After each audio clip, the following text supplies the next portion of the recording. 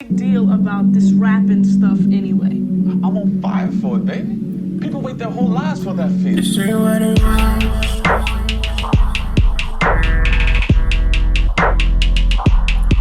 We were supposed to love.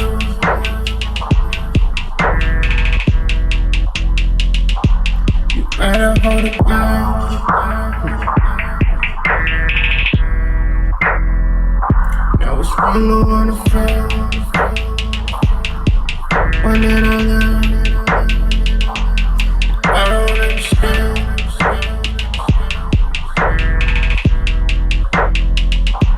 You think I'm pretend.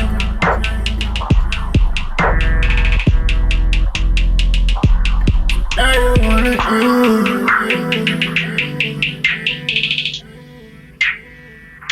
With my heart in your hands.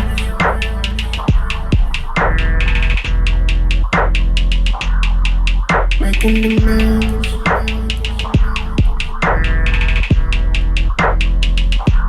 Or else we can't be friends.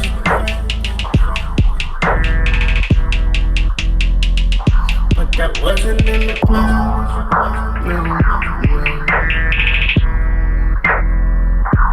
But we was on a man.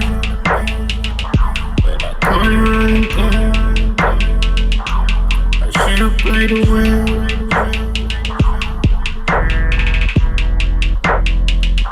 Now you tryna try me out. What's up, homeboy? Now you tryna try me out. But if you do, then you know what's up. I know what's up. What's that supposed to mean? I know what's up. You know what's up. No, I don't know unless you tell me. Peace. What's going on? It's the Hood Mystic representing www.hoodmystic.com. Just want to welcome everybody to the live and to this video. This video is titled Alchemy Explained. And this is the second phase. We put out the first phase, the Negredo phase. This is the continuation. There'll be 4 videos in the Alchemy Explained series. And this video in particular is just specifically towards the Albedo phase. So just want to welcome everybody to the video. hoodmystic.com, patreon.com/thehoodmystic, hoodmystic@gmail.com if you want to find me. But just get right into this information because I know people want to get into the information. They want to understand what this Albedo phase is about. I guess I could start off by saying peace. Good evening, Kim. How's everything? I guess I can start off by saying most people wouldn't necessarily talk about this, so it gives me mixed feelings to talk about something to this effect, being that it might not catch on, people might not understand what I'm talking about. And then another thing, the other side of that is that I'll be able to present new information or information that's not widely discussed and bring it to the forefront and maybe bring some realization or self-realization or individuation into the individual. So this is psychological alchemy. Of course, I'm gonna give a brief on the first. I'm not just gonna jump into the second one, but for sure, this is a psychological alchemy, and no doubt, a lot of people think of psychology in a medical term. Me, I look at psychologically as a healing term or a word that can really enlighten me to things because I take it etymology, James. Etymologically, I look at words like what do these words mean, not as they're defined, but what they mean for real, like before the definition. And psychology is just a word that means the study of the soul. And so alchemy is a good component to really get down with the get down and getting into the true art of psychology. The Negredo phase is a phase where you burn everything. And you don't pick and choose what you burn. You realize that you've set up your life in such a way that it's been morphed and formed by the ego. The ego has been in total control of what you want. And even to the point of spirituality. Now I'm into spirituality so I can get a bigger house, or celebrities endorsing spirituality and making it seem as though the reason why I'm a celebrity is because of the spirituality that I'm into, and therefore it'll have a whole bunch of people signing up for candle burning, ancestors, libations, Bobby Hemmett videos, Brother Panic videos, Black Magic videos, and the list goes on. And everybody is trying to figure out how to, be the king. Alchemy is different, and the Grado phase is different. It's like a reset button. And it's chaotic. So actually talking about the alchemical process is one thing. Experiencing the alchemical process is another thing. So what I'm trying to do is give you real life examples and real life experience that kind of ties into this alchemical process. So me personally, I'm actually going through this as I speak it, just to give it more effect. And so as I go through these notes, I'm going to explain what it means, not only in words, but actual real life experience. And finally, what I would say about the Negredo process is the culmination of all chaos that we can muster up, everything, all of our experiences, and we simply burn them. And it may sound simple, but you might want to take a listen to that video after this video to get a full context of what I'm going to be speaking of. The difficult thing about this information is that there are caveats. There are particular things that if your mind is set up in a particular way, then this information is not going to be receptive or received, and that's okay. I shouldn't put out content based upon people not being ready for certain things. I have to begin to push forward with my message. I have to begin to constantly advance and push the boundary and present new information so we can begin to understand this in real terms. Because how would it really truly serve you if I'm championing or campaigning for everybody to have money, buy big houses, and in my reality of doing readings, those people with all the money and those people with the big houses got more problems and more issues than the people who don't. So in doing readings and dealing with the public, it puts me in a weird space, like I thought it was all about money. I thought it was all about success. But even those people are disturbed. So it's easy for a person who has a bank account and has kind of like skills and talent to say, burn everything, start over, let it go. That's the Negredo phrase. Now, why is the Negredo phase hard for people to get or grasp or feel that is valid? Because they really are trying to get to the shit that people are already accomplished and have. That's like, yo, this shit ain't worth nothing. I'm getting rid of it. And I'm going to move on to something real spiritual or psychological because everything that I've worked for, I've got it and it ain't worth nothing. So, alchemy, that's what I need. If you're still trying to get there, and then you hear me, like, you need to burn all of that shit, you gonna be like, well, no, Hood Mystic, I've been building my credit for 5 years. I'm about to sign this 30-year lease on this house. I don't give a damn what you say.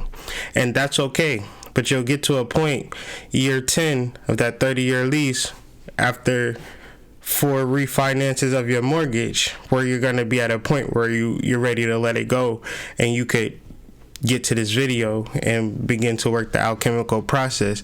But if you still want to continue to work and build up to success, you know, there's plenty of information, plenty of videos, plenty of shit that's going to help you and assist you to getting any and everything that your heart desires.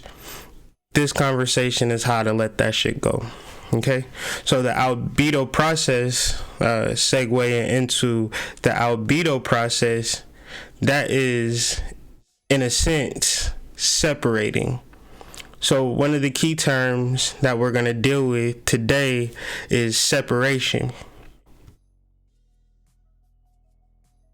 Solution. A solution is a liquid with a particular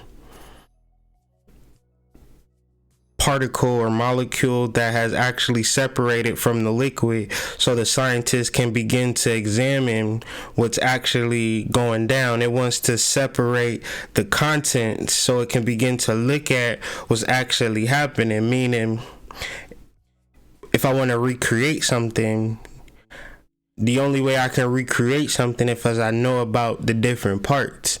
I can't just simply build a car, you know, that's not even a thing. Like a car don't really exist. Like, you need the tires, you need the axle, you need the goddamn brakes, you need the hood, you need the motor, you need the engine, you need the doors, you need the steering wheel, you need the pedals. And say, for instance, you got everything that you need for the car, but you don't put in the pedals, well, you're not going anywhere. So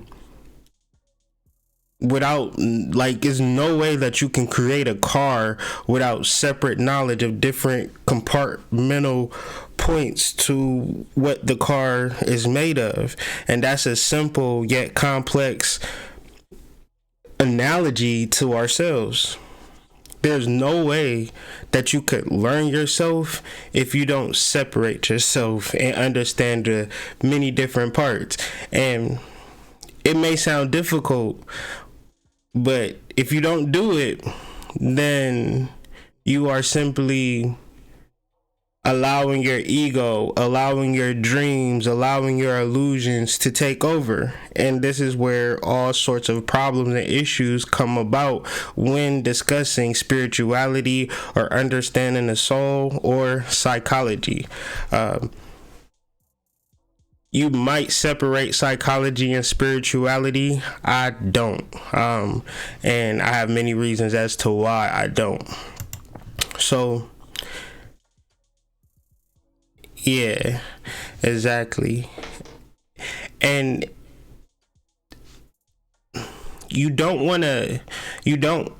what I'm saying, right, is like burn everything, separate yourself. I'm not saying it as a means to an end, like, you know, just keep tearing yourself up, keep burning yourself up, keep separating. I'm saying if you really want progress, if you really want to build that car, you need to know how to build it. And just by looking at a car, you'll never understand how to build it. You have to understand that separating things and examine things, understanding your ego, understanding your consciousness, understanding your imagination, your dreams, and ultimately your mythos, your mythology, is how you could begin to succeed and move forward. And of course, we'll get into all of this, but just kind of letting you know that I'm not just going to leave you hanging like, okay, the albedo phase is about separation, separate everything in the video. You know, no, I'm not going to do that. That don't, like, I wouldn't even get on here if it wasn't an actual solution. So in a sense, I'm looking at this information, I'm separating it, and then from there I'm able to see, oh, it's not just one big thing. It's a lot of many different things that if we could tweak here, tweak there, understand this, understand that, then we can get to a real place. Even in understanding astrology, the concept of albedo in astronomy is a body or a planet's ability to reflect light, meaning what you see is a reflection, and a body's or planet's albedo is how much of that you see. An example would be a snow has a high level of albedo. Charcoal has a low level of albedo. It's just that if I'm up high in the air and I look down, I can see snow easily. It's not going to be so easy to see charcoal, and that's just what represents albedo in astronomical. So the psychological point of view is then, how do you reflect that light or that knowledge out into the world? It's one thing to be the deepest nigga in your living room, you know, come home, crack open a book, take notes. Ooh, this is enlightening. Ooh, I'm so smart. Ooh, I know what Ivan Van Sertima said. You know, I got that shit highlighted in one of my books. Ooh, I'm so deep, right? That's not albedo, right? Albedo is, you know, I've read this book. Now I'm able to help others. I'm able to put a car together. I'm able to, you know, start my postcard business. Whatever the case may be. I've taken the information and I've reflected it. I've refracted it. It's not like just something that inflates my ego to say, ooh, I've read Sacred Woman, and now I know everything there is to know about being sacred and being a woman. You better not tell me shit. Do you know I just read Sacred Woman? Took a class, got certified. You better fall back. And so, not dissing nobody, but I'm just saying, it really don't really read when you, like, being a man or being a woman or being black is not albedo, or being white or being Chinese or being a part of this gang or being part of this group is not albedo. Being an individual, that's albedo. Separating from being a man, separating from being a woman, separating from being black, separating from being white, separating from everything that you know, right? And dealing with your reality in the moment. Now, the only thing that we know for sure, right, is that we don't know anything. So this is the idea that we want to understand, moving out of Negredo into albedo. Because why don't we know anything? Because we've burnt everything. We didn't come into albedo with anything of value. We just want to understand, okay, now that things are separated, what are we actually separating?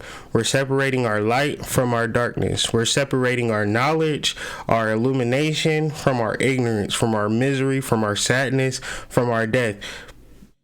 A lot of times we want to get into this spirituality, get into this knowledge with all of this trauma, all of this pain, all of this misery. I went through some tragedy in 2016, and it really tested me. You know, the thing about it was that I realized that it wasn't a lot of help for me. You know what I'm saying? Like, it wasn't people there with open hands and shit, which was cool, I guess, because I still figured out, we still made a way. You know, I still had help.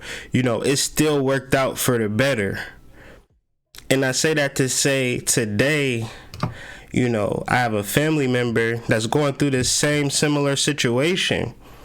And where my inclination is to help, I realize that I can't. I realize that that family member has to actually process and go through the separation and go through the ego hits that come from, you know, not taking care of your business, that come from not being in control of your finances. And hopefully you will learn from it, right? Maybe you've been doing a lot of ignorant things. You've been living in the dark when it comes to finances, love, how you treat yourself, your health, right? A lot of different things. The Albedo phase in real terms is like you're fat, your skin is crusty, you know, your toes just need to get, you really need a pedicure. Like, you really got real live bunions on them joints, and you really need to schedule a pedicure. Before the Albedo phase is like, you know, you just wear shoes. You don't care about your bunions and your crust. Nobody sees the bunions and the crust. They just see what you want them to see. Illumination, and this is at a superficial level, illumination is seeing all of the defects and not only seeing it, but actually doing something about it. Scheduling that pedicure with Ling Wang. You understand what I'm saying? Me personally, I've been back at the gym. Like, back at the gym because I know I put on weight. I know I haven't been doing the exercise piece like I needed to, but now that I'm back at the gym, it feels like I got my energy back though with it. Like, it's like I know I'm supposed to be at the gym because that's where it feels right at. And I got another cousin that is in the reverberating effects of my other cousin's trauma, and so he has to separate from that household because he can't no longer live there. And not because, like, you could do everything that you can do in a situation, but if your spirit says you can't grow here, then your spirit will make that situation unlivable, uninhabitable. And the separation of removing yourself from an uninhabitable space into that unknown of homelessness, void, sleeping on couches, if you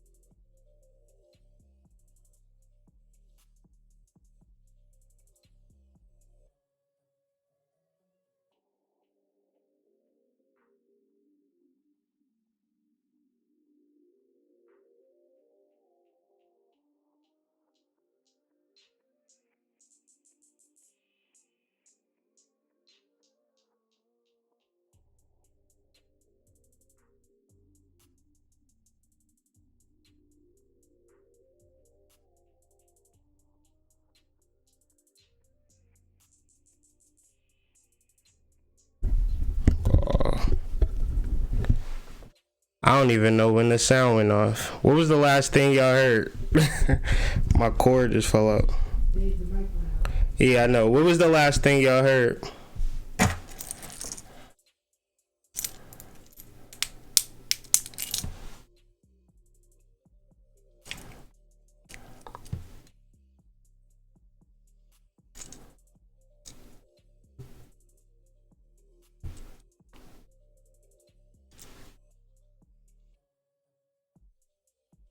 It's been out for a while. Like 2 minutes. Sleeping in cars. Okay, so Yeah, so basically that initial point that, so say for instance you're in a fucked up situation, you know you're in a toxic situation, you know it's toxic, you don't know what to do about it, you burn it, right? Or something happens where you have to get out of that situation, but the initial stress and anxiety is, well, I live here, or I'm used to staying here, I'm used to this person, or we have this bond. And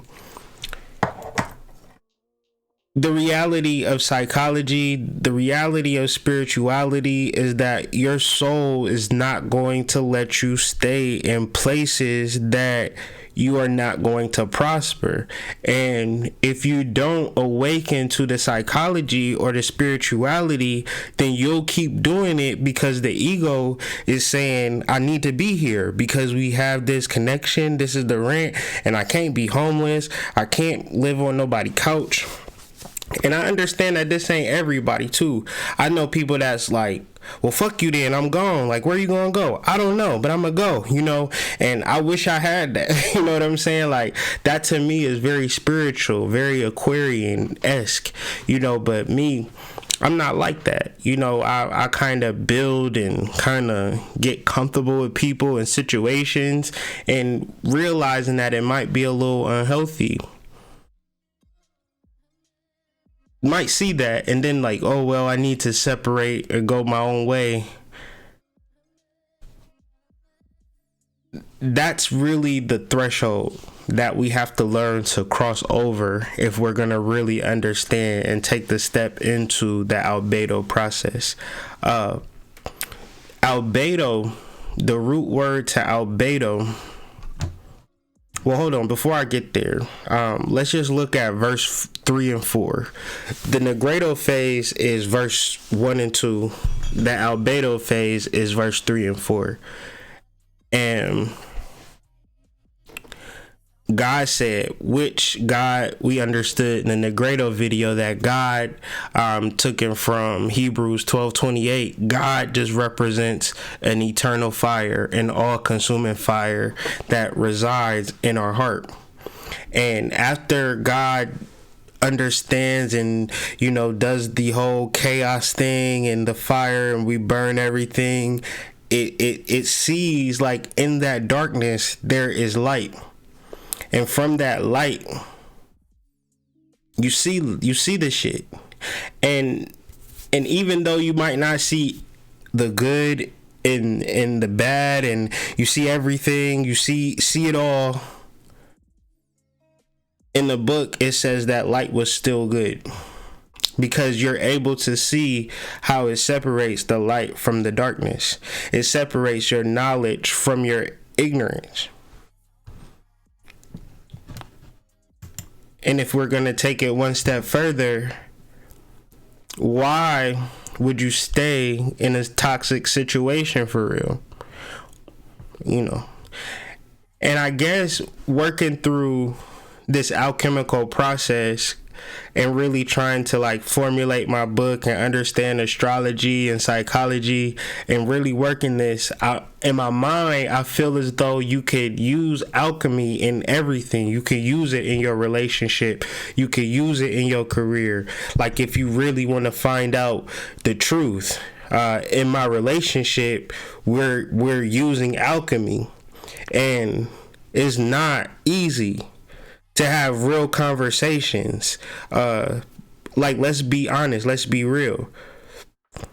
Alchemy in your relationship, Albedo in your relationship is a man, right? Me as a man with my wife. I love my wife. Like, best girl I ever had. So because of that, I want to provide for her. I want to be the best man that she could ever want. And I want to just provide a particular life for her. Whatever. I just want to be, you know, the man. Like, I just want to provide. I want to do, you know. And after 3 years of that attitude, I burnt the fuck out. I hit a wall so hard. And it made me resent my wife. It made me not like her. but not like her in a sense, but I had to have a conversation. I had to process, like, okay, the reason why I feel this way is not about you. It's about me and my attitude, that I was literally trying to live up to something that was I felt as though that was gonna kill me. Like, I need more support, or I need to figure this shit out separately. Because I can't continue to go on the way that we've been going on, and maybe we've both got comfortable, but now we have to look at this thing. And this conversation wouldn't necessarily came out without the alchemy. And the alchemy and the darkness and the pain was not for the faint of heart. Cause y'all know I be up on these lives every video talking about how I love my wife. And that's the first thing I thought about. Like, am I a fake ass nigga? Like, am I fake? Am I a liar? Do I not love her as much as I say I do? Cause in an instant, I'm ready to just figure this shit out on my own.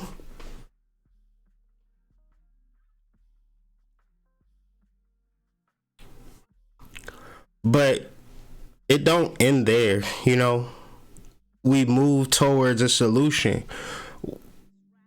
I would hope that if I'm doing something that my wife tells me, like, what I'm saying? Like, it's really light from darkness. Like, I want to know everything. I want to be in the know.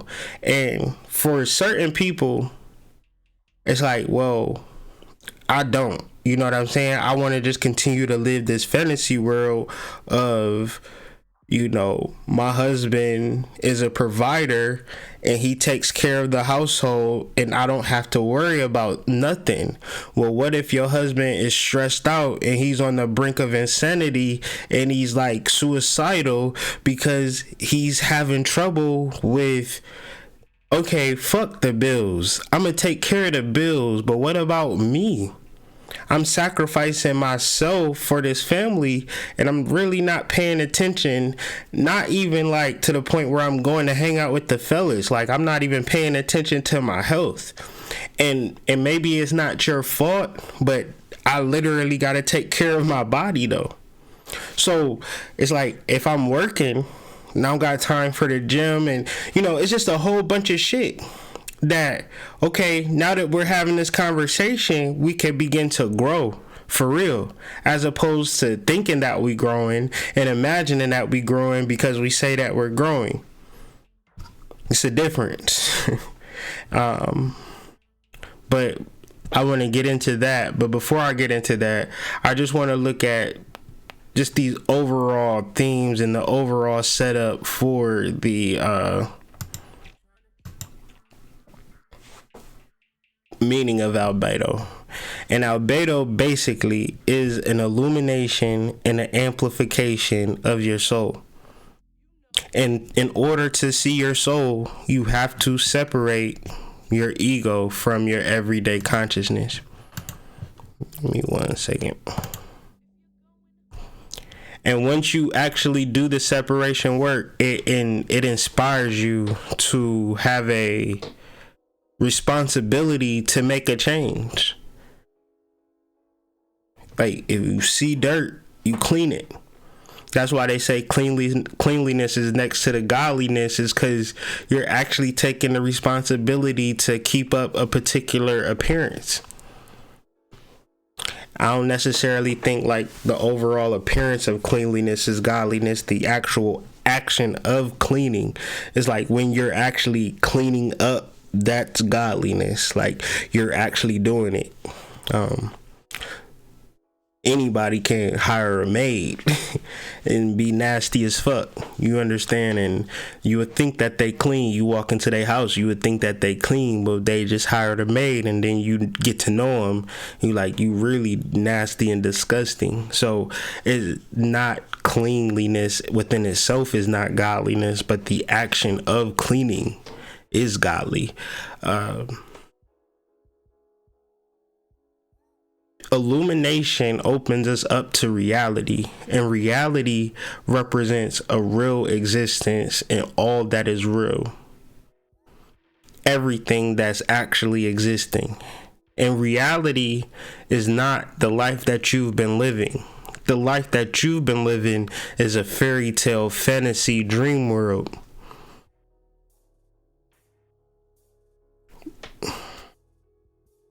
Because it's one-sided. It's what you want. It's what you need. It's what you're thinking about. It's what you're processing. And I guess on some level that could be real.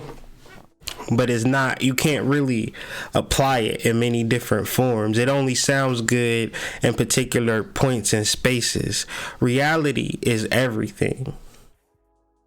So you should be able to apply this in all walks of life.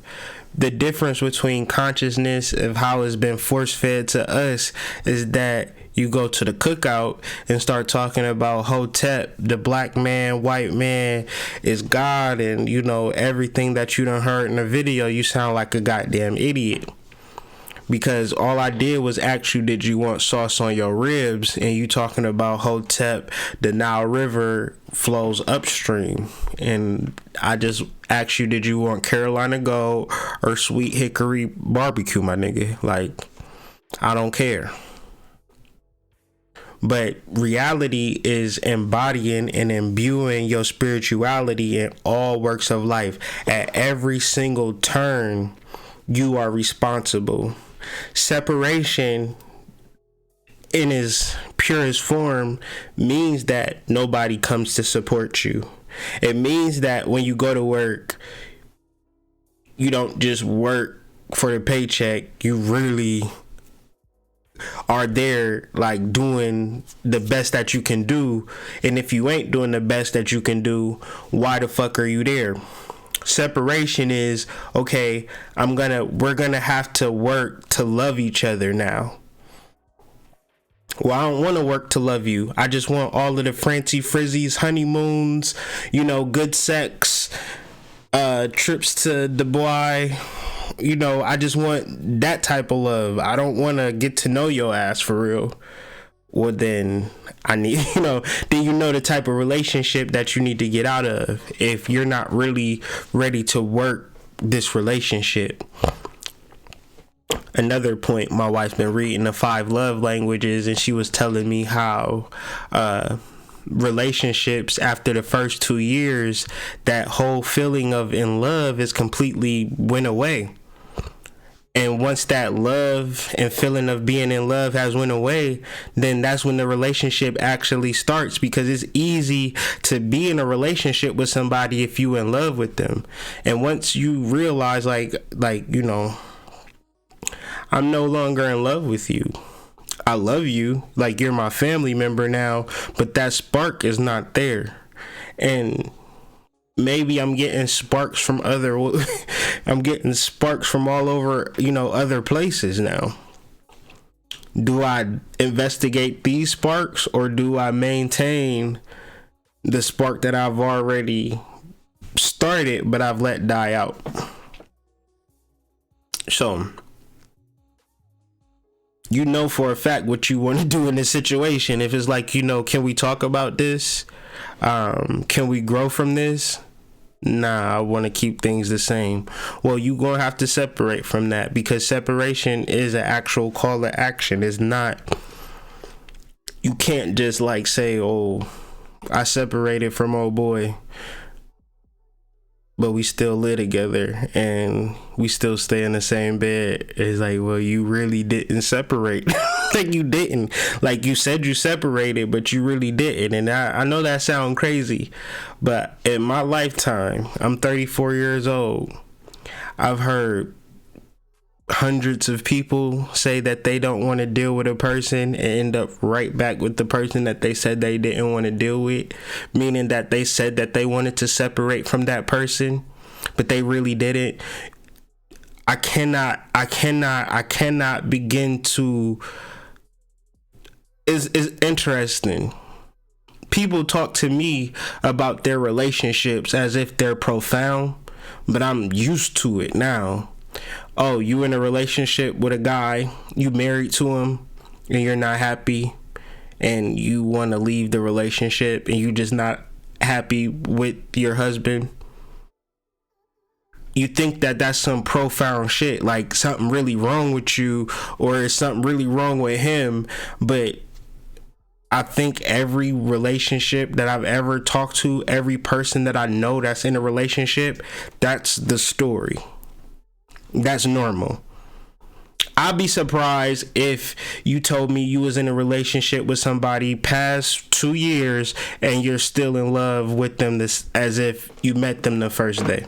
I would be surprised. That'd be some new profound shit to me. Saying that you want to get a divorce, saying that you want to end the relationship is normal. It's normal.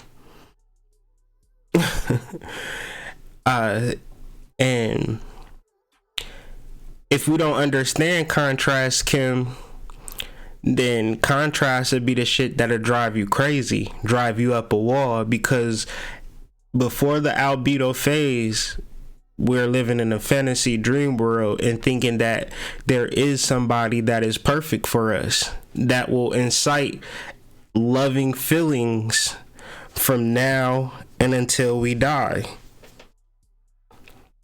Peace.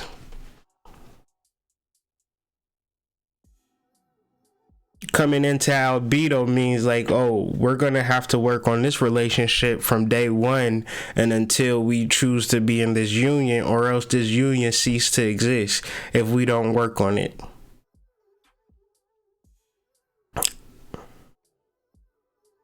Albedo is taken from the word Albion, and Alb is taken from the word Alb. And where a person might think that whiteness or blackness are skin tones, like black person, white person, albedo, the whitening phase, like literally has nothing to do with that. These are priestly ceremonies. Alb is basically a white linen robe. So just take it into the sense where if you seen a person walking in the village with a white robe, he was considered a priest or initiate, meaning that he lived by a different set of rules than the secular folk. He was now indoctrinated and fully informed into the priestly rituals and formalities, and he wasn't working at the factory with you no longer. He wasn't working at the mill no longer with you. He was working in the church. We want to take that and not leave it in the ancient mindset, but bring it into 2019 and moving forward, and understanding that we are priests and initiates of our souls. So for us to put on the white robe is to say that we are followers of ourselves. Now, to be a follower of yourself means that you can't be a follower of the feminist movement, the Black Man March movement, any grouping. Just put all of the groups together. Like, once you follow yourself and follow your soul, it might be something particularly different. And so this is why many people can't get past this point. This is what the conversation stops at. Because we are all about our groupings. We're all about our segments. We're all about our genders. We're all about our racial classifications. We're all about the systems that was placed in before us. Meaning that if I'm a Democrat, then I'm just doing Democrat shit. But, some Democrats, do some wild shit. Do that not represent me? I don't know. It's all up in the air. All these political people, all this political affiliations that people choose, a lot of those political affiliations at the higher up levels, they into all different types of wild shit. The gangs, the corporations. Like, you don't know what your corporation that you work for really into, where it really get your money from. Like, you might be there all day. You ain't made no money for real. but the building's still up. There's the lights still cutting on. You ain't exchanged no dollars or nothing. So it's just like your paycheck come. You don't know what really be going on. So Albedo is like, I don't want to continue to play this game. I want to figure out where my soul is leading me. And this is going to be a difficult task. And it might require me to sleeping on the couch. It might require me to sleep in my car or wherever. But I can't continue to go on the same way that I've been going. And if I'm serious about it, I'm ready to put on that white robe. And so reality and real, we talked about that. Also, we want to talk about separation. Separation, if you look up the etymology to separation, you will find that it's taken from the word secret. And secret means to set apart, withdrawn, hidden, concealed, private. Ultimately, properly, it just means to be on your own. So, like a secret society, meaning it's a society that sits on its own. Powerful shit.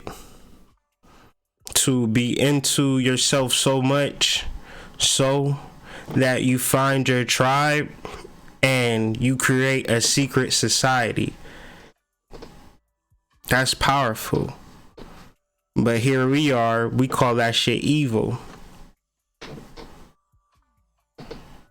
Then we wonder, like, who's really under mind control? It's easy to get into this. It's easy to fully divulge and really get into the alchemical process.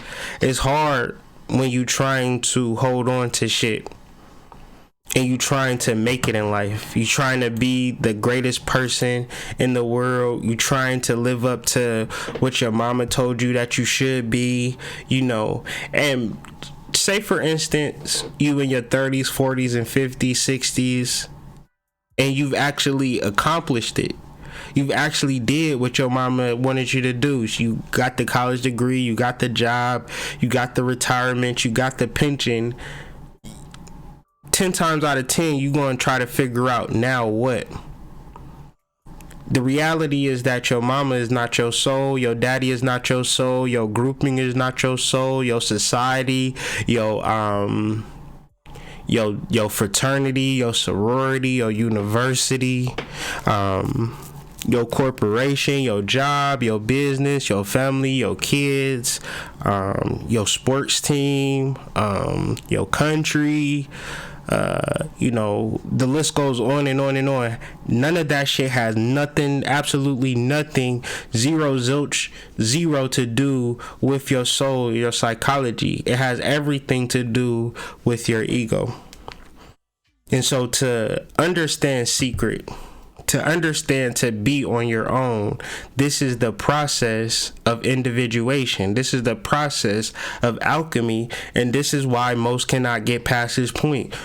Soon as y'all get into spirituality, y'all want to jump up under the group. Oh, I need a group.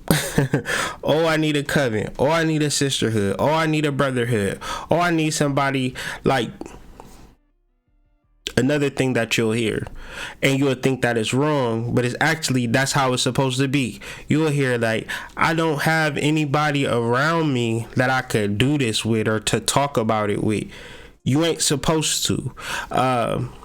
In my work, in my spiritual journey, and the things that I've actually been accomplishing and doing, where like mounds and things of that nature, I was alone. I was so alone, and I was so far from home. I was in places that I didn't even know existed, in towns and cities that I didn't even know existed. And when I say I was the only black face, man, I was in towns where I know for a fact they ain't seen a black person in years. I done been in cornfields and forests and nature, and I'm just like, what if a bobcat come out and take a chunk out of my ass right now? I'm so far out of the loop that if I scream and yell for help, can't nobody save me.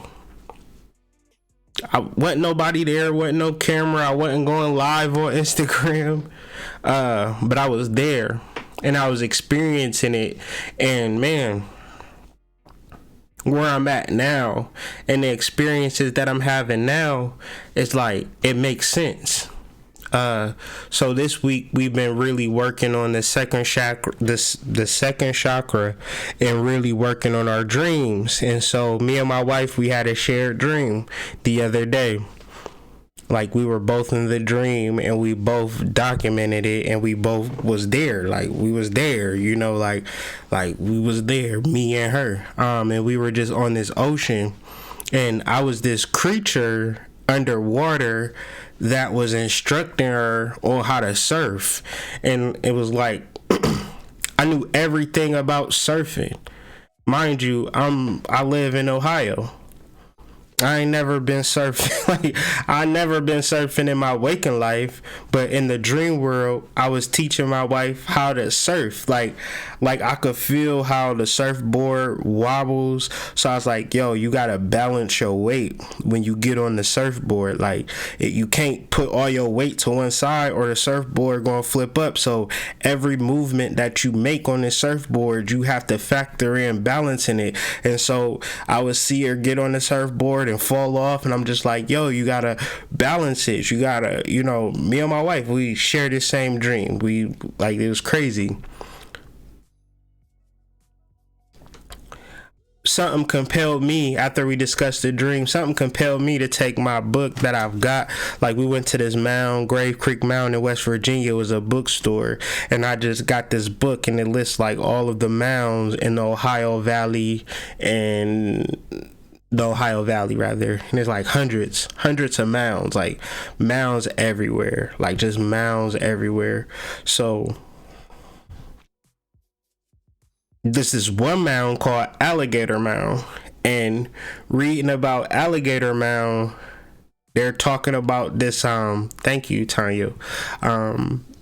They got this alligator mound and this underwater panther, and that's just the English translation. And the underwater alligator is named OBG or something like that. I'm just reading about this underwater panther that's like, he's like the top dog of Native American mythology. He is like the god of like all the tribes. Like everything about Native American mythology and lore points to this underground panther. And it's this actual mound that's like right up the road from my house, like 30 minutes up the road, Alligator Mound, that is that underwater panther. And so, long story short, the underwater panther was who I was portraying, or who I was, goddamn ant, in my dream. And that shit was just profound to me. Like, it just brought so much peace into my understanding, and just moving forward and just understanding the energy and the mythology to my ancestors, like my real ancestors. Like, I'm in tune with my real ancestors because I be in places and spaces that don't nobody be at, but I be deeply connected to it. Like the whole mound thing, I'm still trying to figure it out, but I'm figuring it out. And in figuring it out, I'm figuring myself out. I'm figuring my history out that wouldn't nobody ever told. Like, nobody was ever gonna tell me this shit. Nobody was gonna get on YouTube, get on the news, and begin to point out my history in the studying of ancient American burial grounds, and how ancient American burial grounds are deeply related to the creation of the world, or the planet. And the burial grounds are representations to the earth and the star connection, the same way the pyramids of Giza align with the belts of Osiris. You have that same astrological system in America that I'm drawn to naturally, right? So imagine me talking about astrology on YouTube. I like talking about astrology on YouTube, on GP. And then it's these Native American earthworks in Ohio. I moved away from Ohio, moved back to Ohio on GP. Could have moved anywhere in the world, but I just came to Columbus, Ohio. But come to find out that these Native American mounds are everywhere, inundated everywhere. And these mounds are actually astronomical representations on Earth. Like that to me, like I can't even understand how these things are, how I'm even involved or connected to this. Because before this, I feel insignificant because I'm just a human being, right? And understanding my mythology and understanding my history and understanding my spirituality, I realized that wasn't nobody ever gonna tell me. Like, nobody's gonna tell you, not because they sinister, because they don't know, because they were never taught. So individuation becomes the most important thing for you to do so you could actually know. It's a secret. And to find a secret, you gotta separate yourself. Yeah, mounds are everywhere. Like in my book, it's just basically Native American mounds in the Ohio Valley area. It's like I couldn't even get to, like, in Ohio, I wouldn't be able to really get to all of the mounds. Like, it's hard to even explain how many places that they are, and I'm sure I could come up with a road trip and drive by each and every one. Maybe a year, if I really focused on it, I could hit every mound in Ohio, but that's just Ohio. Let's talk about Indiana. Let's talk about Kentucky. Let's talk about New Orleans. Let's talk about Baton Rouge. Let's talk about, Mississippi, St. Louis, Illinois, and then that's just the mounds. Then you go into Arizona and talk about the caves and the infrastructure of the whole Arizona complex. Same history. It's so much more that we need to learn and so much more that we need to know. And we made the mistake of thinking that there was somebody who knew everything. When the reality is that nobody knows anything. We started off this video. Thank you for everybody that came in to join us. That we're gonna start this thing off with realizing that we know nothing. That's the most profound wisdom that we could ever have. If you know nothing and you just simply live within this moment and learn from this moment, and you understand that you are embodying one simple principle of love from a moment to moment process, is more of just me loving my children, loving my wife, loving my job, loving myself, loving my friends, loving my family. You need help, I try to help you as much as I can, but I have to be responsible.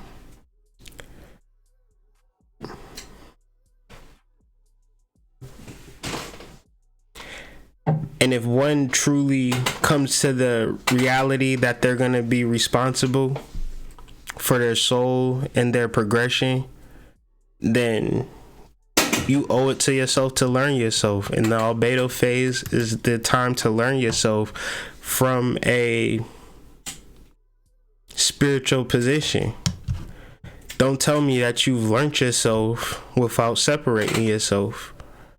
That's just the same way of saying you know your car. Like, I know my car, right? I know my car. I know where the seats is. I know where the steering wheel. I know where to put oil at.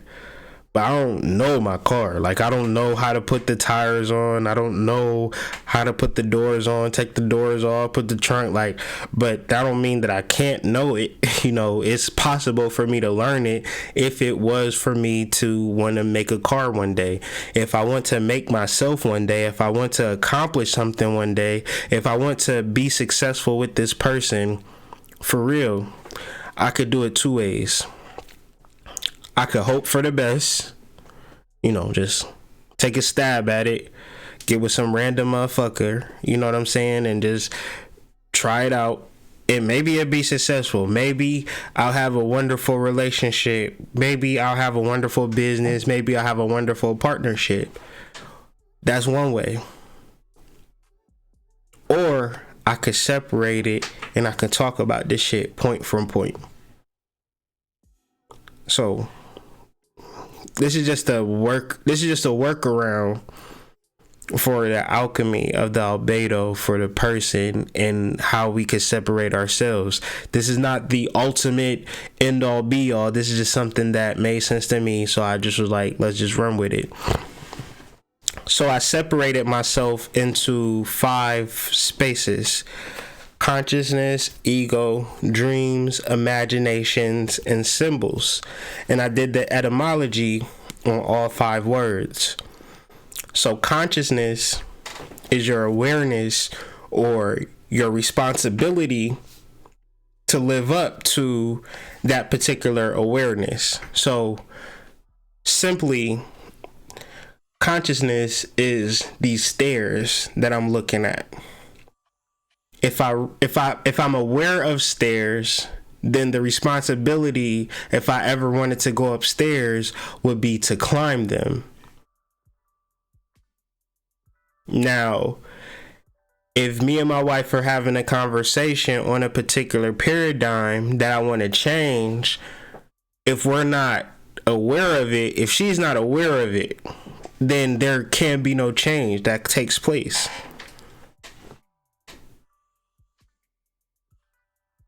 Right. You said ley lines. Now, when it comes to spirituality and it comes to different things that we want to do, now we can do shit in our homes and it may be powerful, but we can also find ley lines to do spells and do rituals. The interesting thing about the mounds are that a lot of them are built upon ley lines and energetic centers. And the reality of cities were, before they were cities, they were mounds. And we have one example of that in real time that still stands to this day, Cahokia, which is in St. Louis on the other side of the river. And it is known to be, when London was at its peak, Cahokia was at its peak in this realm, but it was larger and with more people and more sustainable. They said London in its peak, like if you ever heard like Jack the Ripper, like they would go, like it would be people like, you know, just the foulest living conditions you could imagine. Like you would just get people just get murdered. Like London was just foul. But then you had Cahokia, it was like civilization and farming and community. People could come in and go in right on the coast of the Mississippi River. So you had traders and merchants and spiritualists. And these mounds had different purposes. There's like the orators mounds, there's the monks mounds, there's the spiritual mounds, and like the mound that we're going to tomorrow, the Newark mound, because we're going to Alligator Mound tomorrow, but that's kind of like a small mound. It's not really a park. We're just going to go pay offerings and just pay our respects. It's like it's literally a cul-de-sac where we could just drive around it, probably park and, you know, walk around for a little bit, but it's on private property too, which is interesting. But right, but then we're going to Newark, and Newark is like one of the is like that's where Eagle Mound is at, and we had the Vision Quest where we was actually there and seeing the marketplace, you know, the ceremonies, like just people there just kicking it, having a good time, and just like you can feel it. You're not there, but you there.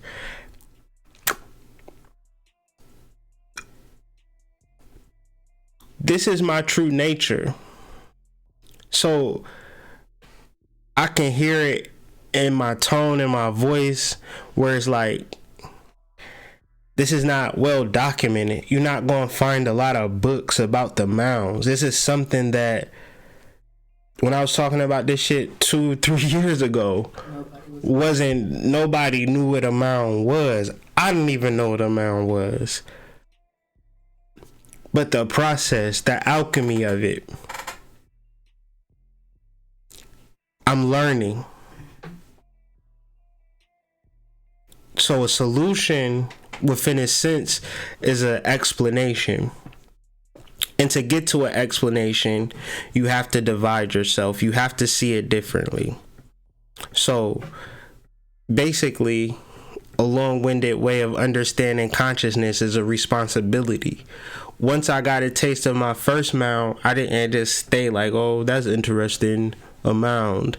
Something was in me that I just wanted to hit up every mound that I could. And those dreams and this understanding, I'm starting to understand why. And I say that to say that I know you got a mound within your heart.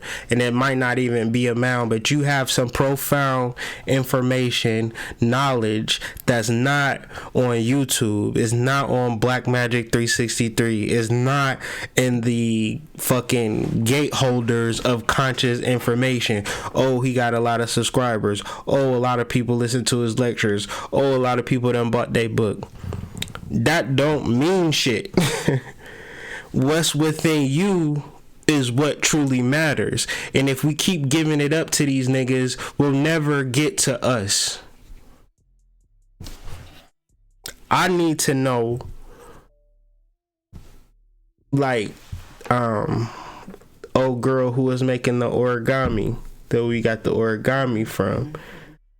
That type of shit where it's like my wife in her yoni steam chairs. Her herbs, like I didn't never see the yoni steam chair.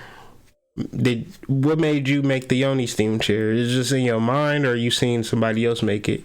No, I had the idea and I was looking on. I guarantee no one. Yeah. So it's like you would have a need to do something and then see it like, whoa, that's, yeah, like I need to do it myself. And that's where you get into the Albedo process. Is like you could be on YouTube looking for a person, and I know that's ironic, me saying that and you literally looking at me on YouTube, but I've always been the person to say, it's not about me, it's about your soul. And my whole idea is to get you into your soul. And so the consciousness is just your responsibility. The ego is your thinking and acting and feeling self, is your body. The ego in dreams is interesting. The dreams and imaginations is interesting because in your dreams, right? But it was real weird when we was having the surfing dream, because I swear for God, what nobody thinking about surfing, surfboards, oceans, creatures, mythological creatures. Like it was not on our minds. You don't go to sleep thinking you're gonna drown under some water. No, you never go to sleep thinking that you're gonna drown or be saved. I never thought that I was a fucking surf instructor. I don't know, like I can't I knew I'm still just tripping off the fact that I just knew everything about surfing. So I could either do one or two things with that dream. I could figure out what it's trying to tell me in symbols, or I could really take my silly ass to a goddamn San Francisco and start a surfing instructor, you know what I'm saying, and really not know shit about surfing for real. But in that space, you can see how a dream could have you really fucked up if you taking it literal. And it's hard to understand your dreams if your ego is in control, because your ego is just your thinking, acting, and feeling self that gets oppressed upon in imaginations. Now, imaginations etymologically is imitations and copying. And so I was torn about that in studying the etymology, because I came through everything conscious on YouTube. So you know how is imagination is everything. The reason I'm not manifesting my big house is because I ain't imagining it hard enough. But if the etymology of imaginations is imitations and copying, then that's all that an imagination ever was and ever could be. I was just copying an idea that I seen, that I believed to be real or believed to be favorable, and I went for it. Now, does that make it bad or good? It depends if you haven't separated your shit yet. Because if your ego and your imaginations is working together, your egos and dreams is working together, then that's your whole life. You just trying to catch up to illusions, and you taking what other people are doing. Oh, they went to a this, that, and the third, and that place over there. I want to do that too. Oh, they wearing this, that, and the third with their hair. I want to do that too.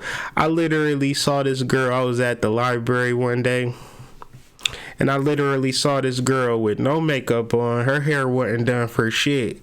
Sat there and watched for 3 hours hair and makeup tutorials and shit.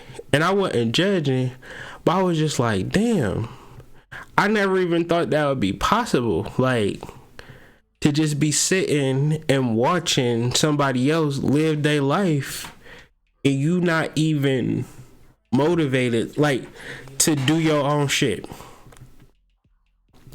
Even to the point where you wouldn't even watch a makeup tutorial and try to do your makeup. Like, you would sit and watch a hair tutorial and not even do your hair.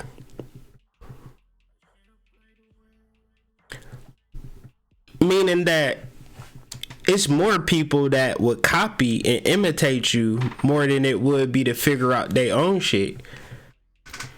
And when I'm bringing up the mounds and stuff like that, I know for a fact that they don't got shit to do with dreams or imagination.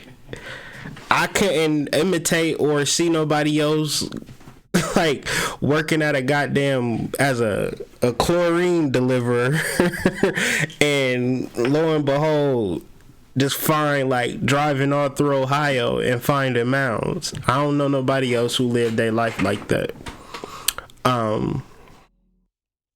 And so that get me to the final separation point of symbols. Now, a symbol is a summary,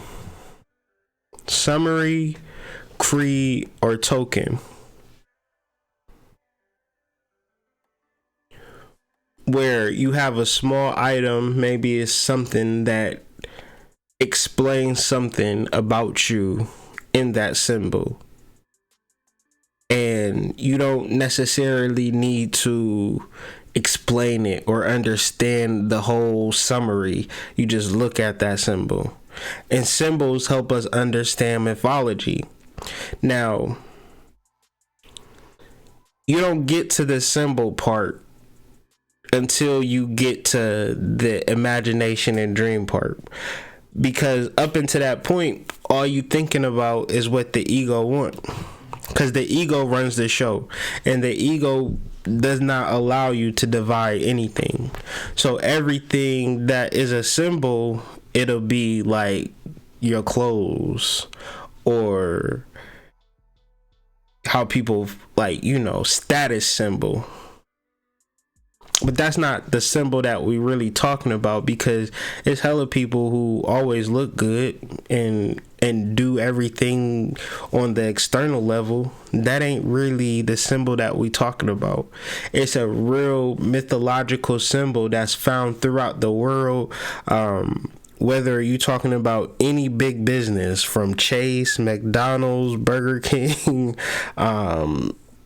any Google, iPad, all of these things, where do we know that this the best product, or do we just know that we can trust the symbol? Oh, it got the little Apple logo, it's official, I'm gonna fuck with it. Oh, it got this and that and the third attached to it, I'm gonna deal with it. So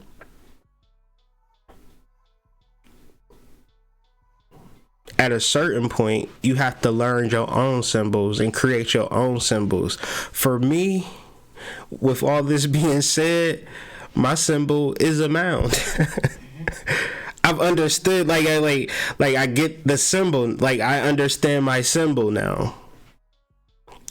And I won't be really imagining or trying to live up to it. I remember like during this process earlier in the week, I was just driving down the street. I think I had like mismatched socks on, and I was just like, man, I felt so good that I had mismatched socks on, and I just did not care. Just to know that people were just gonna accept me for me.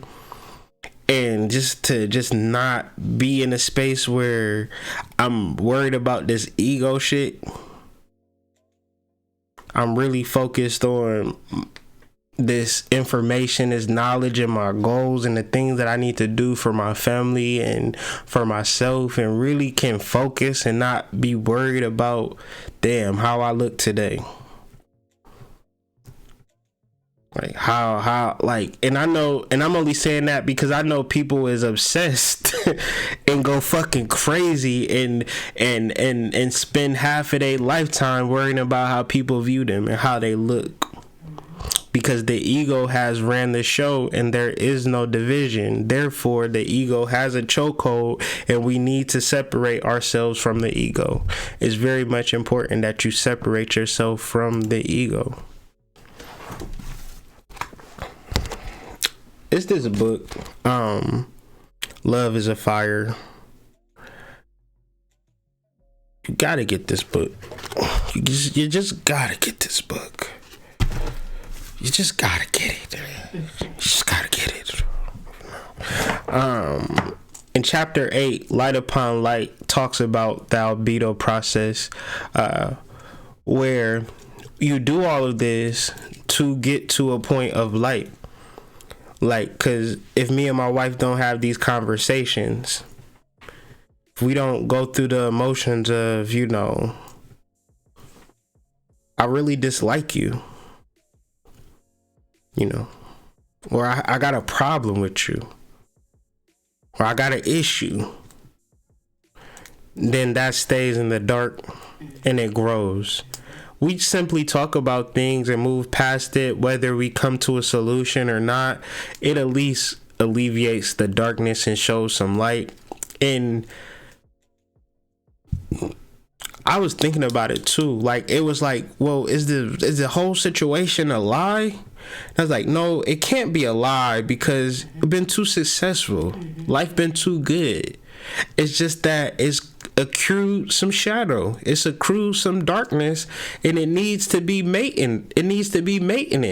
Like, even to the point of like, damn, we got to get an oil change on the car. Like, we went way past the 3,000 mile mark.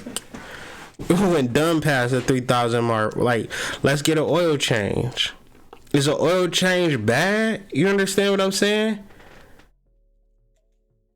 Or is it necessary for the continuation of your vehicle?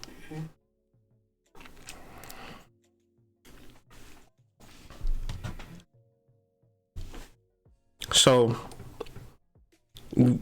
even though these conversations seem like end-all be-alls, it's still a setup to even more enlightenment.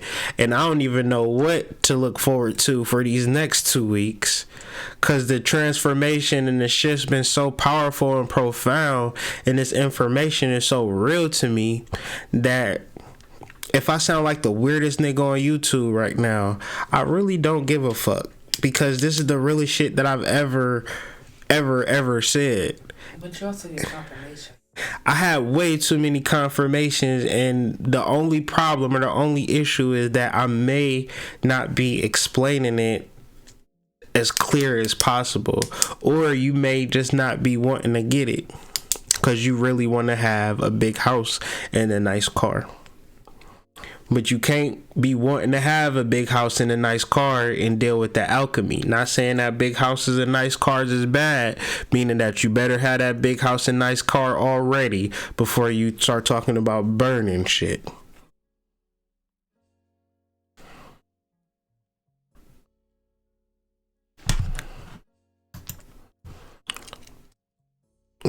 So I'm finishing up. But I would say that the Albedo phase, it would allow us to create a new story in the sense of, if the ego has this chokehold and the ego is running the show, then the ego has been creating the dominant narrative thus far. I'm too fat, I'm too skinny, I'm too tall, I'm too short, I'm too black, I'm too white. Whatever, you know. I'm too poor. I'm too much of a girl. I'm too much of a boy. It'd be interesting on YouTube. It's feminists, and then it's men go their own way. And the feminists say that women don't have no rights, and the men go their own way, say that men don't have no rights. My thing is, who in the fuck got the rights? You got the the white supremacists say the black people getting all of the rights. The black supremacists say that the white people getting all the rights. Well, who the fuck got all the rights? You can't come to a consensus in a group. You need to have a secret society, and this is why secret societies were formed. Because you realize that the group within itself is going to lead you to fail, not because these are bad people, because their hearts is not in the right place, is because they refuse to do the alchemy with you. And that's why in a secret society, in this true sense, they did rituals together to be psychologically aligned in the same space. And they would do wild shit. They would dance around in a circle naked. What does that do? It shuts down the ego, because now you get to see my little flingy dancing around in a circle. You see all my little jelly rolls bouncing around as we go in this circle and go and chant some wild shit, to a deity and shit, and then we have wild group orgy sex. Why do you do that? You removing the ego once more. But then all of that is evil and devil worship, so let's just stop there, okay? As opposed to working for a job and being a slave your whole life is godly. But like what's right or wrong? You feel me? Like I'm trying to you don't necessarily know what's right or wrong in the space of a consensus. You only get to know what's right or wrong when you create your story and follow your mythos. And mythos is not something deep. Mythos etymologically is speaking to a story, speech, or words. And so a lot of the etymology I have on the article that I got posted in the description, the words, if you just click on the word, it links you straight to the etymology site, and you can get on the information on yourself. But I know I speak a lot about etymology, right? And I know what it sound like if you ain't never got into etymology, because I remember what it was like when I first heard etymology and people was talking about it, and I was just like, so I gotta relearn every single fucking word that I've felt like I've learned? That's just a tall task. But every word that I tend to look up, it tends to weave a different web and tell a different story. So I would just invite everybody to do the etymology on all the words that you use, so you could begin to choose your words a little bit more carefully, and then create a story or a narrative that is not only mentally pleasing but spiritually pleasing, psychologically pleasing. Like, you know, Obeji or OBG or the underwater panther. That's a mythology that I can fuck with. That's a mythology that I can learn and vibrate with and understand or kind of pull off of. Y'all ain't heard of, y'all don't know nothing about the underwater panther. They don't know nothing about the underwater panther. All they know is Oshun, Ogun, and you know, maybe Ochosi. Maybe Ochosi. Like, what's Ochosi, your hoodmystic? Like, you know what I'm saying? Like, it's so much, but you wouldn't necessarily know if you waiting on somebody to tell you. And then they don't even know the real Ocean. And they don't even know the real Oshun. The Oshun that they talk about in Cuba, but it's a lot, man. So finishing up, the second chakra that we're working on, which also ties into the albedo process, the planet that rules this energy is Mars. So I think this is a good follow-up or a good final say-so with this energy in explaining or understanding the energy of action. Of course, we can look at the things that disturb us and the things that trouble us, but if we don't do shit about it, like I was telling my cousin earlier, like, you really think an emotional response is going to help you in this situation and you don't got nowhere to stay? You want to be sad about this shit? You better be proactive now. Because wherever you're at, you put yourself in this position and you got to trust yourself to get out this situation. And I've been in situations like that before. I was homeless before too, and I'm only speaking from experience. You'll be in a situation for a little bit of time, but you'll eventually get out of it.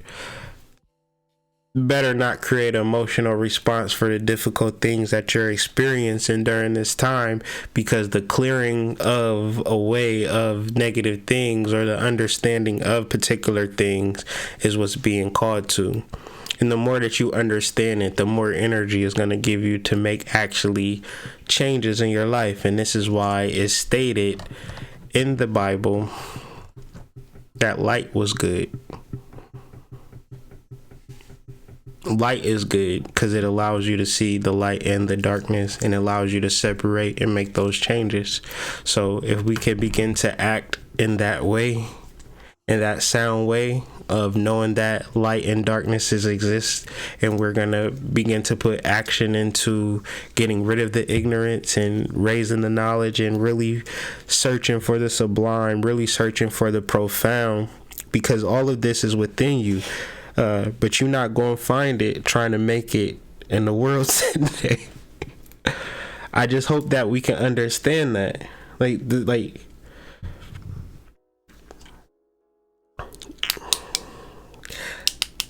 make or break right there.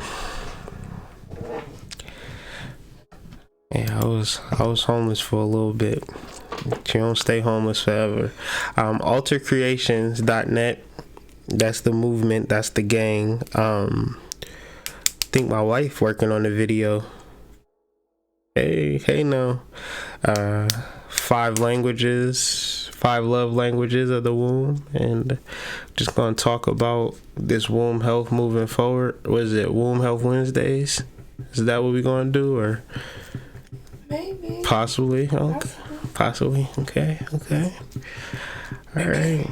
But, you know, we're moving, man. We're just trying to continue to understand each other, continue to raise these children. That's our goal. Like, we're just looking for people that have children that are interested in raising them, because that's really the goal, like the key, you know, raising your children right. Everything that I do is so that my children are raised. So people go through certain shit in life. I say have some kids. It'll teach you a lot, because it'd be really trippy to see people with no kids going through shit. Like, that shit blows my mind. And it's like the end of the world for them. Yeah, it's just like, dog. Okay. Man, it's crazy. But thank y'all for joining me.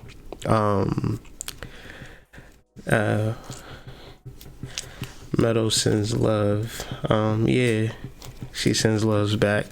We're here, man. hoodmystic@gmail.com, altercreations.net.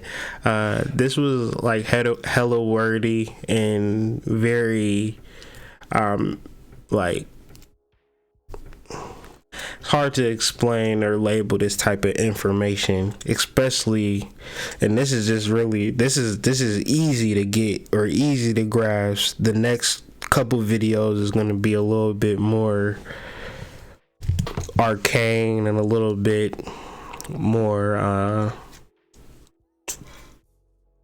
spiritual, deep. I don't know, it's not gonna be the everyday mumbo jumbo that's being spouted about that sounds good but it's not really bringing no changes in your life.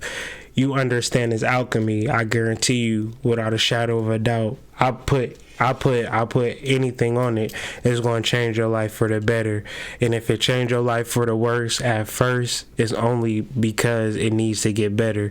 So give it a shot, man. Understand this alchemy, work with it, and move forward, man. Peace, man. Appreciate everybody for joining us. Slack, if you're interested in talking throughout the week or when we not on live or doing these videos, make sure you download the Slack app. Let me know you downloaded the Slack app on your phone or you got access to Slack on your website or whatever, and I'll send you the link. You can join our Slack group, and we've been having some good conversations lately, so let's keep that up. The shadow group, let's keep that up. You know, let's just continue to learn in the more psychological, more real, sublime truths, and really understanding the things that are there, but we don't really deal with it because we don't really understand it, or we don't think that it applies. But any questions or anything to this conversation, please let me know in the comments and I'll be sure to answer it. If you don't want to comment, be sure to email me at hoodmystic@gmail.com. If you're interested in monthly moon sign readings, please join us for only $1 a month at hoodmystic or patreon.com/hoodmystic. Thank you guys. Thank you, Meadow, for the donation. Thank you for all the donations. Thank you guys for listening. Thank you, just thank you, and everybody have a good night. You on the late night tip tonight, you know what I'm saying, but this feel good.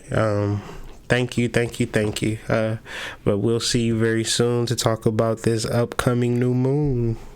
Like somebody is really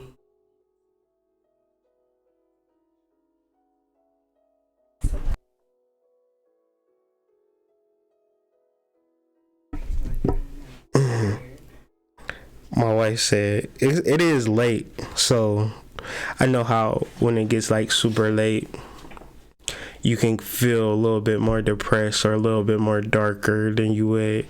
So is anybody actually going through something that they would want to express in the chat?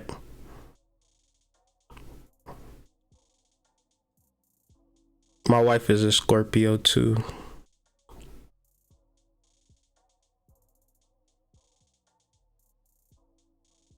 Okay.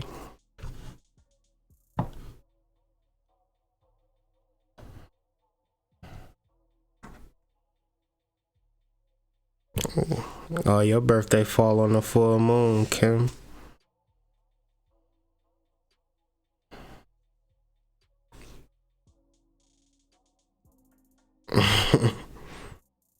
But what's going on though, like as far as this conversation, as far as like letting go and moving forward, is it difficult or is it easy?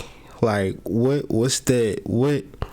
I would want to know, because like going through this process and not having no instruction and not having nobody to talk to, I could understand how retarded I used to feel, just like what is going on, what is happening to me, and just like I'm going crazy, and what is people going to think when I lose it all, and all of this type of shit. So it's like all of those feelings though is foolish. Like this, it's like the most illusionary type of feeling. So what would be some things that it's processing and the things that you're thinking about?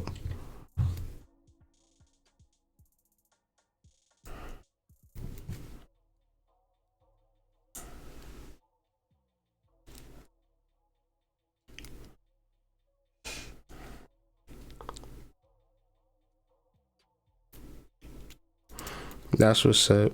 It's good that it's just like, if you processing and you going through this spirituality, I just don't want it to be super rough. That's why I get on here and I talk about it, because on the onset it could be difficult to look at your negative and your positive and make changes, and like but I thought I was perfect this whole time. Like, what do you mean negative? Like, and it's like, well,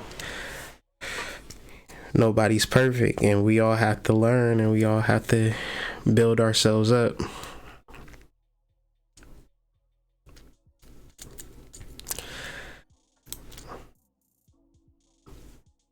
Damn, I didn't even think about Mother's Day.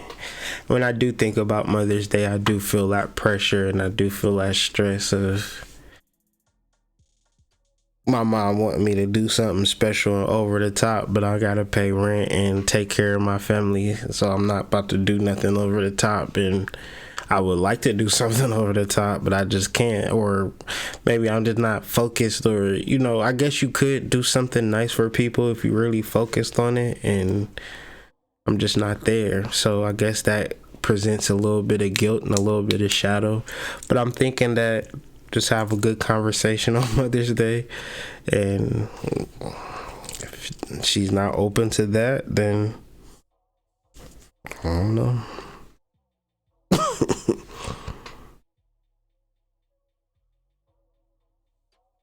Yeah, I think about that too, Kim. Like, what would it be like to, thank you, Antoinette, what would it be like to live in a society where we're just all conscious and just moving about in a conscious manner?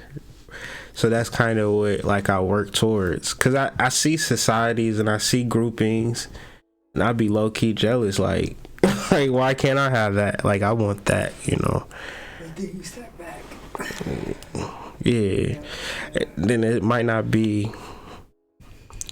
what I want, but I feel like if we just keep moving forward and we keep working towards the alchemy, I know for a fact that I say we, I don't know who we are, but like-minded individuals that's like into this information, into their souls, like living in this matrix, man. It's like, it's crazy not having nobody that you could really talk to and vibe with. So it's just like, I would just want to be a part of something like that as well. That's why I do what I do, as much as I do, to create this life or create the world or create the situation where I'm around people that I can grow with and love, like that's what it's about. I'm right there with you, Kim.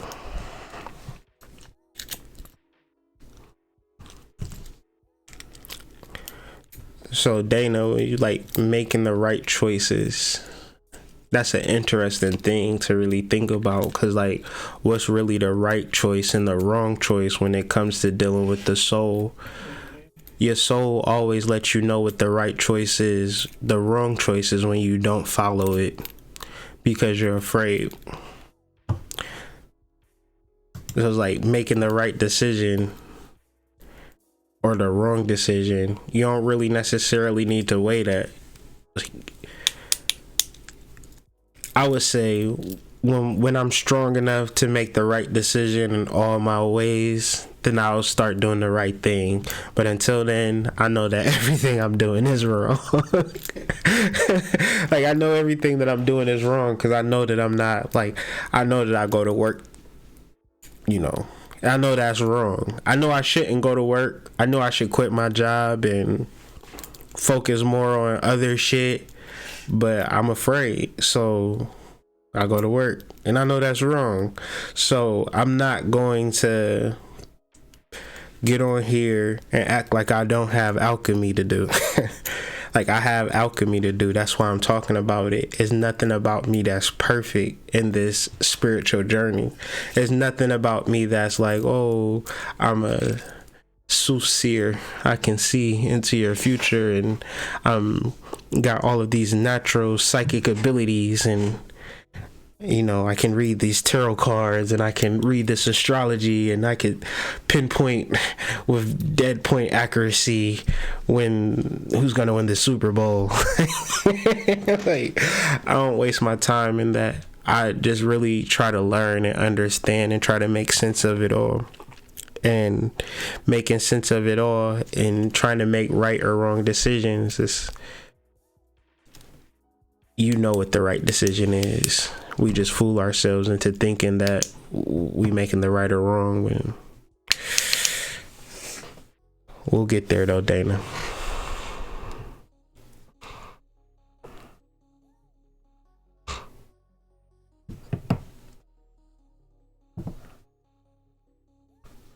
I'm definitely gonna keep going, man. I'm gonna keep going if I'm sitting here talking to myself. So it's just like, I appreciate the love. I appreciate everybody kind of chiming in.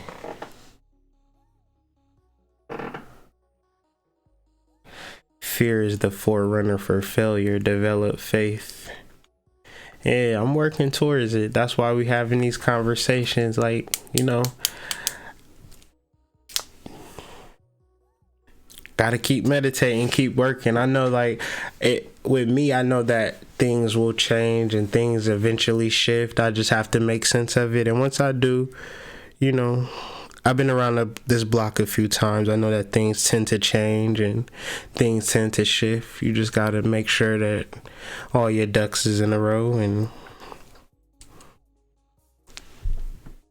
or like, I guess one of the cards that Mars rules is the Tower, and the Tower is like shit falling apart when you least expect it, or like letting something build up. So you either gonna get it one way or another. You can get it from the Emperor, because the Emperor is ruled by Mars, or you could get it from the Tower, where the Emperor is this person who's a ruler, has dominion, got his shit together, real disciplined, doing what he needs to do to rule his country. And the Tower is just a lightning bolt, chaos, shit's going crazy, but they all represent the same energy, and it can be done about two separate ways. And chaos and emotional reactions is the Tower. Being logical, using your discipline, understanding this shit for real is how we tap into our Emperor. And we can either choose how we gonna do it, one or the other.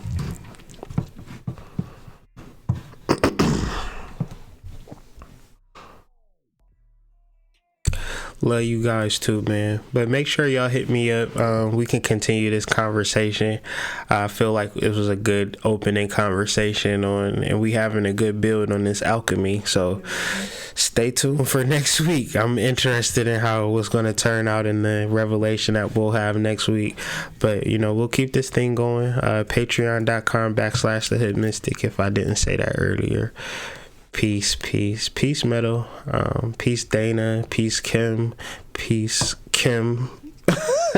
Peace, both Kims. Peace, Stray. Peace, Antoinette. Y'all have a good evening.